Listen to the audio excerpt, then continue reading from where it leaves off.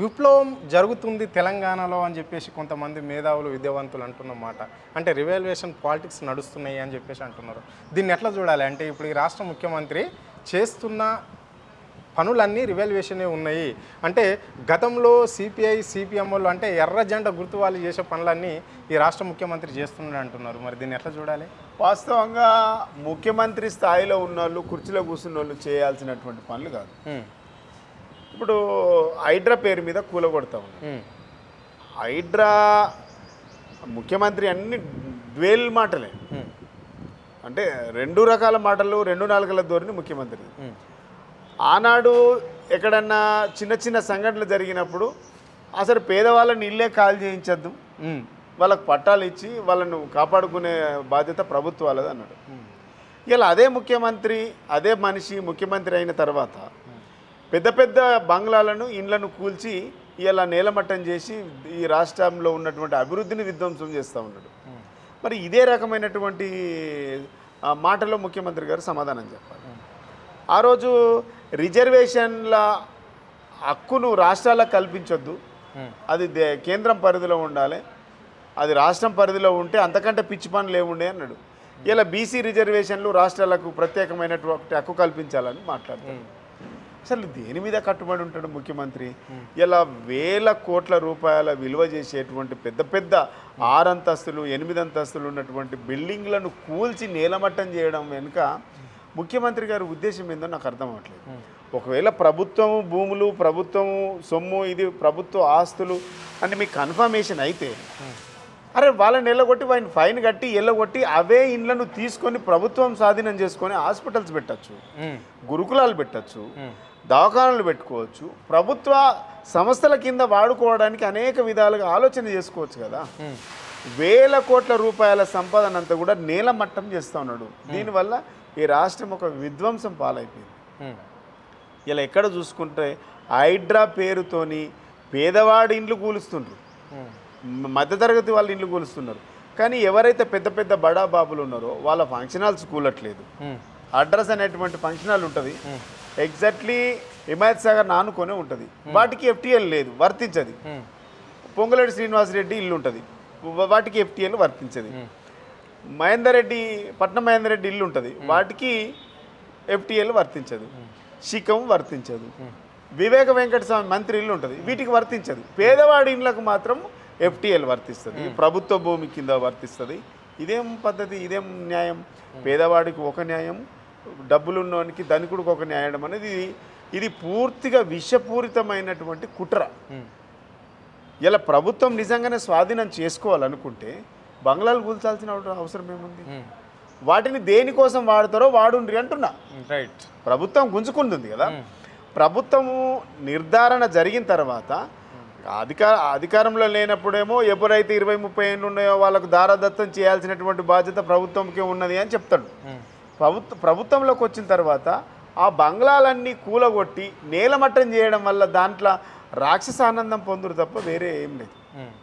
ఎందుకనంటే కోట్ల రూపాయల విలువ చేసేటువంటి బంగ్లాలన్నీ నేలమట్టం చేయడానికి బదులు వాటిని స్వాధీనం చేసుకొని హాస్పిటల్స్, లేకుంటే స్కూల్స్, కాలేజీలు, గురుకుల పాఠశాలలు నడిపేటువంటి అవకాశం ఉంది. ఈ ప్రభుత్వం తెలివిలేని దద్దమ్మ పనులు చేస్తూ ఉంది. రైట్, మరి ఇది ఇట్లా ఉంటే ఇప్పుడు మూసి పక్షాలన పేరుతోటి కూడా అక్కడ మూసి పక్కన ఉండే ఇండ్లన్నీ ఖాళీ చేపిస్తాం, ఇక్కడ మధుపార్కు వాళ్ళు ఎంతో ఇడికి నుంచి వెళ్ళిపోవాలి, గాంధీ సర్వార్ అంటున్నారు. మళ్ళీ ఇక్కడ 32 ఎకరాలు హైదరాబాద్లో కూడా తీసుకుంటాము అనే ప్రయత్నం చేస్తుంది ప్రభుత్వం అని చెప్పేసి కూడా వాళ్ళు కూడా ఆందోళన చేస్తున్నారు. మీ బీఆర్ఎస్ విద్యార్థి విభాగం కూడా దాదాపుగా వారం 10 రోజుల పాటు అన్ని మూసి పక్షాలన చేస్తామన్న ప్రతి గల్లీని సందర్శించడం అనేది జరిగింది మీ విద్యార్థి నాయకులు. మరి స్పందన ఏ విధంగా ఉంది? చాలా అద్భుతమైనటువంటి స్పందన ఉంది. ప్రజల నుంచి వచ్చేటువంటి అప్పీల్స్ కానీ, వాళ్ళు ఇచ్చేటువంటి దరఖాస్తులు కానివ్వండి, వాళ్ళు చెప్పుకున్నటువంటి బాధ, గోస మా విద్యార్థులందరూ కూడా తెలుసుకున్నారు. చాలా పెద్ద ఎత్తున స్పందన వచ్చింది. అయితే ముఖ్యమంత్రి గారు ఏ పని చేసినా రియల్ ఎస్టేట్ చుట్టూ తింపేటువంటి ప్రయత్నం తప్ప రియల్గా ఈ హైదరాబాదుకు, ఈ రాష్ట్రానికి ఒరిగేది ఏం లేదు. లగచల్లర తీసుకో, లగచల్లర భూములు తీసుకో, రియల్ ఎస్టేట్ వ్యాపారంతో సంబంధం. ఫార్మాసిటీ తీసుకో, ఫార్మాసిటీ భూముల చుట్టూ రియల్ ఎస్టేట్ వ్యాపారం. ఇలా హైడ్రా తీసుకో రియల్ ఎస్టేట్ వ్యాపారమే, మూసి తీసుకో రియల్ ఎస్టేట్ వ్యాపారమే. అయితే గాంధీ సరోవర్ అనేది ఎవరు డిమాండ్ చేసింది కాదు, మేము దానికి వ్యతిరేకం కాదు, కానీ ఎవరు డిమాండ్ చేయాలి. నేనేమంటున్నంటే కేసీఆర్ గారు కట్టించినటువంటి అంబేద్కర్ 125 అడుగుల అంబేద్కర్ విగ్రహాన్ని ప్రతిష్ట తగ్గించడానికి మాత్రమే ఇది ఒక పెద్ద కుట్ర. ఓకే, ఇది పెద్ద కుట్ర. ఆ ఇండ్లను కూల్చేసి ఏం కడతాడు? మధు పార్కు కూల్చేస్తుండు, మాల్ కడతాడు. ఇప్పుడు ఏముందంటే మళ్ళీ ఇల్లు కూలుస్తుండు, మాల్ కడతాడట. ఇప్పుడు మధు పార్కు కూల్చిన తర్వాత ఆడ మాల్ కడితే అది FTL బఫర్ జోన్. నేను కూడా అదే అంటున్నా. ఇలా ముఖ్యమంత్రి అంటే 1000 కోట్ల రూపాయలు సంపాదించి మళ్ళీ పక్కకేసుకొని అనుయాయులకు ఇచ్చి మళ్ళీ వాటిల్లో రియల్ ఎస్టేట్ చేసేటువంటి ఒక దందా ఇది. ముఖ్యమంత్రి ఏ పని చేసినా ఒక స్కీముల వెనుక రియల్ ఎస్టేట్ స్కాములు ఉన్నాయి అంటున్నా. రియల్ ఎస్టేట్ స్కాములు ఉన్నాయి. ఏ స్కీమ్ అన్నా పెట్టు, ఆ స్కీముల వెనుక రియల్ ఎస్టేట్ స్కాములు ఉన్నాయి, భూదందాల స్కాములు ఉన్నాయి. ఇది ప్రజలకు ఉపయోగకరమైనది కాదు. ఇలా మధు పార్కు అపార్ట్మెంట్ కూల్చుడెందుకు, వాటి ప్లేసులనే కొత్త అపార్ట్మెంట్ కట్టుడెందుకు? ఇది విధ్వంసం కదా. అంటే పనికి మాలిన చర్య ఇది. అసలు పిచ్చోడి చేతిలో రాయిలాగా వ్యవస్థ తయారైంది. కాబట్టి పేదవాడికి నిజంగా అన్నం పెట్టేటువంటి పరిస్థితి ప్రభుత్వం లేదు, పేదవాడికి న్యాయం చేసేటువంటి పరిస్థితి లేదు. ఈ ఇండ్లను కూల్చిన వాడు ఎటు పోవాలనో దిక్కుదోర్చని పరిస్థితిలో ఉన్నాడు.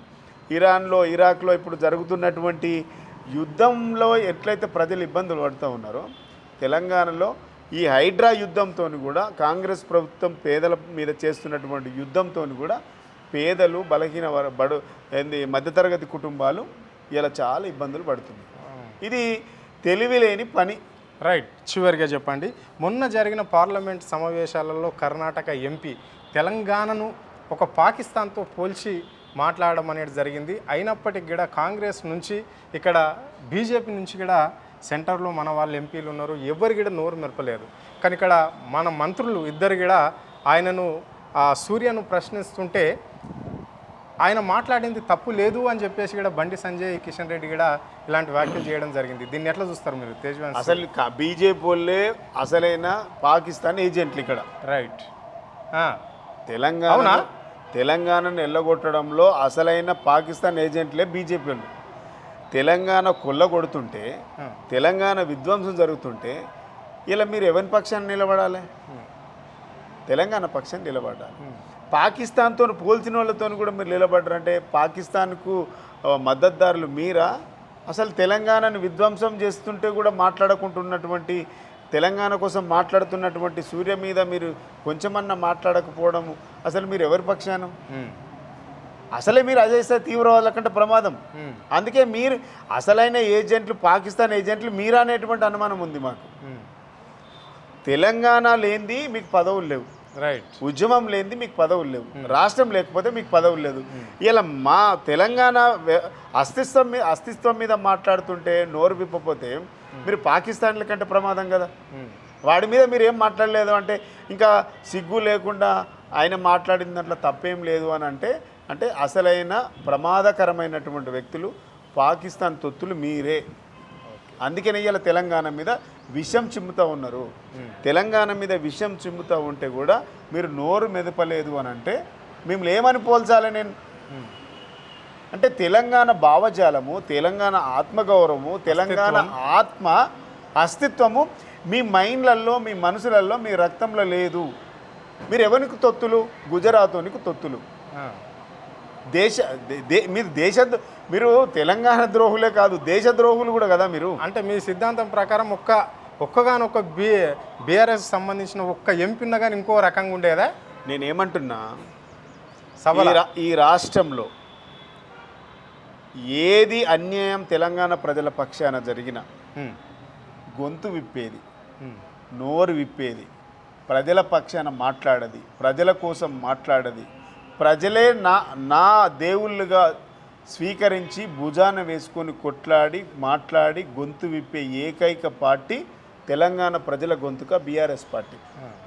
ఇలా అదే జాగల బీఆర్ఎస్ పార్టీ ఒక్క సభ్యుడు ఉన్నా కూడా ఇలా దాని ప్రశ్న సమాధానం వేరే ఉండేది. ఇలా మీరంతా దద్దమ్మలు కాబట్టి, చేతగాని చౌటలు కాబట్టి, మీకు చేత కాదు కాబట్టి, మీలో ఒంట్లో పౌరుషం లేదు కాబట్టి, అమ్ముడు అయినటువంటి అక్కరకరాని సరుకు మీరు కాబట్టి వాడు మాట్లాడుతుంటే మీరు మౌనంగా ఉన్నారు. మీ అంత దద్దమ్మలు ఎవడుంటాడు ఈ రాష్ట్రంలో? నీ మంత్రి పదవి తెలంగాణ మీద విషం చిమ్ముతుంటే నోరు విప్పని మనిషి, నువ్వు ఒక మనిషివి, నువ్వు ఒక మంత్రివి, ఎవరికి కావాలి నీ మంత్రి పదవి?